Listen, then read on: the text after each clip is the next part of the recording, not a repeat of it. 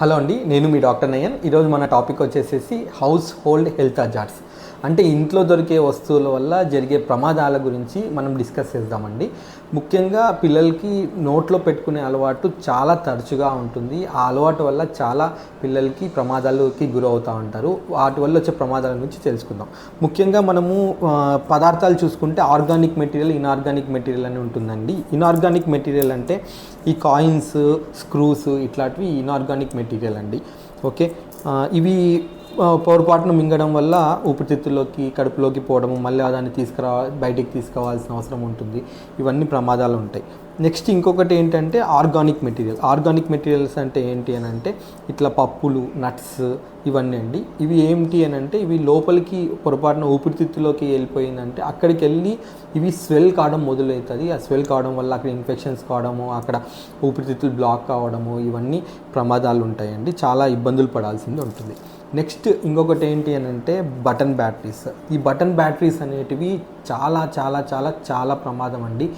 ఎంత ప్రమాదం అని అంటే ఇది పొరపాటున పిల్లవాడు మింగాడంటే అది వెళ్ళిన ప్లేస్కి వెళ్ళేసి ఎక్కడైనా ఇరుక్కొనిందంటే ఆ ప్లేస్లో రంధ్రం పడుతుంది, చిల్లు పడిపోతుంది. ఈవెన్ ఎంత లెవెల్లో డ్యామేజ్ జరుగుతుందంటే ఈవెన్ రక్తనాళాలు కూడా పగిలేంత డ్యామేజ్ కూడా జరిగే ఛాన్సెస్ ఉంటుందండి.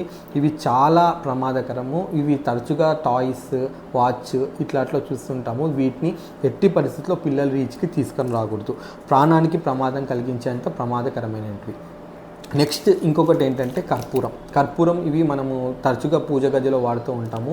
పొరపాటున పిల్లవాడు తీసుకొని నోట్లో కర్పూరం పెట్టుకున్నాడనంటే వెంటనే ఫిట్స్ రావడం మొదలవుతుంది. ఒక్కొక్కసారి ఫిట్స్ మందులకు కూడా కంట్రోల్ కానంత ఫిట్స్ రావడము, ఈవెన్ ప్రాణాలకు ప్రమాదం కలిగేంత స్థాయిలో కూడా వెళ్ళే అవకాశం ఉంది. నెక్స్ట్ ఇంకొకటి ఏంటంటే మస్కిటో రెపెల్లెంట్స్.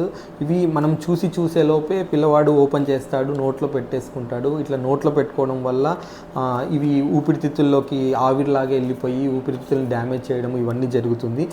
సో అవి చాలా జాగ్రత్తగా పెట్టుకోవాలి. పొరపాటున పిల్లవాడు అది తీసుకున్నాడు అని అంటే మాత్రం మనము ఫోర్స్గా వామిటింగ్ చేయించడం అలాంటివి చేయకూడదు.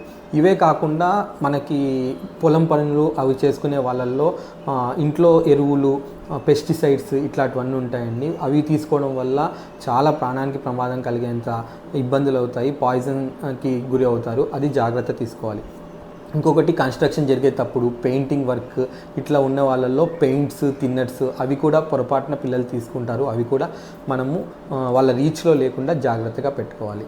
ఇంకా మేజర్గా ఇంకొక మనం చెప్పుకోవాలి అని అంటే ఫస్ట్ ఫ్లోర్లో, సెకండ్ ఫ్లోర్లో, థర్డ్ ఫ్లోర్లో అపార్ట్మెంట్లలో ఉండే పిల్లలు వరండాలు ఆడుకునేటప్పుడు తొంగి చూడడము, రైలింగ్ సరిగ్గా లేకపోవడము ఇలాగా ఉంటే పిల్లలు కింద పడే ప్రమాదం ఉంటుంది.